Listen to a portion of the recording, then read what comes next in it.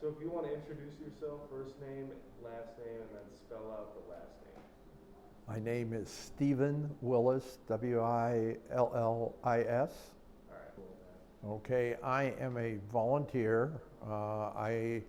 We have a number of volunteers that work different things. We have people that come out from town for one day, maybe once a week or once a month, whatever. There's volunteers in almost all the parks. For a lot of people, they work all summer as a volunteer.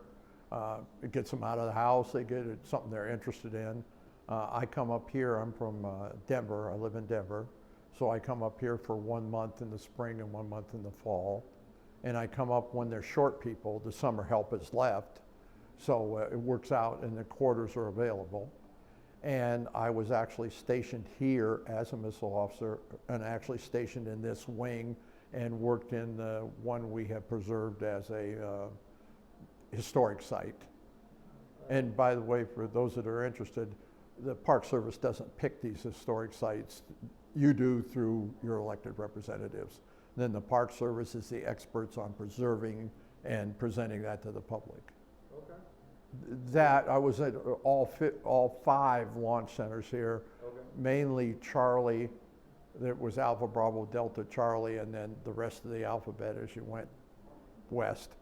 And then I was at the command post, which is Echo, the squadron command post.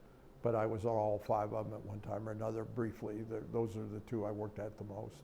All right. No, I went to college, San Jose State, graduated and was commissioned a second lieutenant.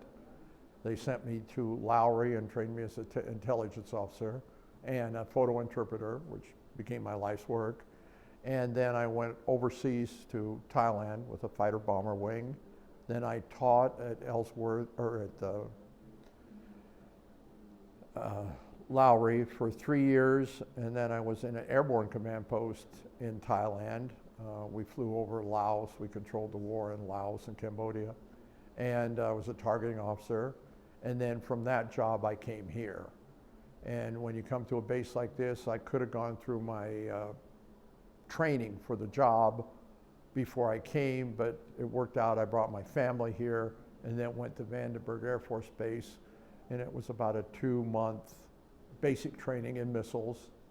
And you cannot beat military training. Money's no object.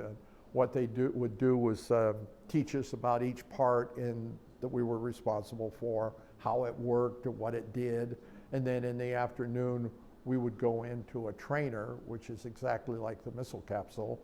And first day that we went in, you didn't know anything, you and your deputy. And there's a wall where they watch you. And first day we launched missiles. Anytime you went into the trainer, you launch missiles. You always launch missiles. And I came back here, I had 1 month of upgrade training, and then you have a stand board, and that runs about 6 hours because you have to turn every switch in it. And if you're successful, and they're very unhappy if you're not because you screw up the schedule and everything, then they take you, then you're on alert. And you get in your truck and drive out here so many times a month. When I was here, we'd go out about 5 times a month for a 40-hour alert. And when I use any of these times, that's your time at the capsule. That doesn't include pre-departure, getting your truck, driving out, all those sorts of things. It's a whole process, right? But Minuteman, normally, it was like a fire station, a 24-hour alert. You arrived, went down, the crew that was down there came up and drove back. So there was one crew out here day and night on alert. I did not pull those alerts. The alert I was on was a 40-hour alert. We would come out, we would go down. The crew that was down there would sleep. They would come back down. We'd go up and sleep. Then we'd come down. They'd go back to base. Then afternoon, another crew would come. And then day 2, we would drive back that morning.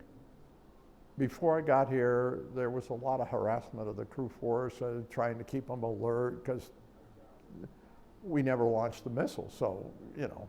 And they didn't need the maintenance that the liquids did. So, and we didn't, I don't like to use the term, we didn't play with the switches. There was a big no-no. We did our training, our actual training back on a trainer back on base. So the times I was here, your alert time was basically your own. Food was important.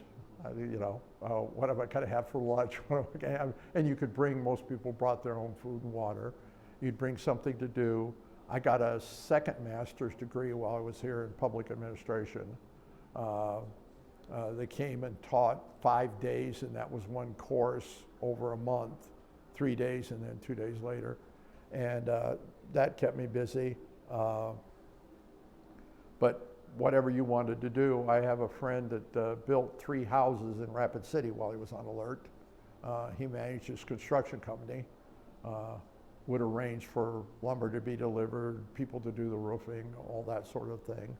But whatever you wanted to do. The 24-hour alert I mentioned, that was what they were using before I got here, and they went back to it after I left. That one you could sleep downstairs. The alert we were on, you were not to sleep downstairs, you were to sleep upstairs. They had a bed downstairs, and you could lay on the bed and rest, but not sleep. Now there was some heavy resting, but you know, because the schedule was not conducive to getting, because when you went upstairs, you went up at say 3:30, 4 o'clock in the afternoon. Well, in summer, it's not going to get dark until it's time to go back downstairs. And the rooms were blacked out. They had black curtains and stuff, so you could sleep, but you're not tired. Right. Well, then you go back downstairs, you're not supposed to sleep, and you were kind of ragged at the end of the 40 hours. And you had to drive back on dirt roads, gravel roads, farm roads, and they were unhappy if you drove off the road, so you had to, you know, pay attention. I let my deputy drive out when there were just 2 of us, and then I would drive back. Okay. Because 1, I was older and did more driving, and 2, if I'm going to be in trouble, I might as well be the one driving it, because I was the senior person, so it was my responsibility anyway. So I figured this saved the deputy a black mark, and we never had any problems. I mean, when I was here, the security vehicles were pickups. Okay. Peacekeeper came, and the one you saw out there was really considered the worst vehicle ever produced for any country in the world. It was just terrible. They've since then gone to much, much better vehicles. But when I was here, it was just pickups. Okay. And that was for the security people. We drove a government truck, usually an SUV. At one point, the fuel crisis in the early 70s, each of the 5 launch centers would drive out. When you drove back, you dropped the truck off at the motor pool. You picked it up at the motor pool. You checked in with the squadron. And as a matter of fact, before we came out, there was about a 30-minute pre-brief at 1 o'clock. Make sure everybody's there. They'd make any announcement. Then you get in your vehicles and drive out.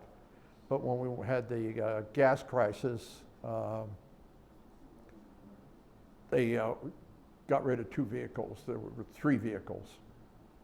Two crews and 2 of them, and 1 crew that went way out in the boonies. They went by themselves. So we had 3 vehicles instead of 2. Really didn't make any difference because you were going by the sites on your way back. So.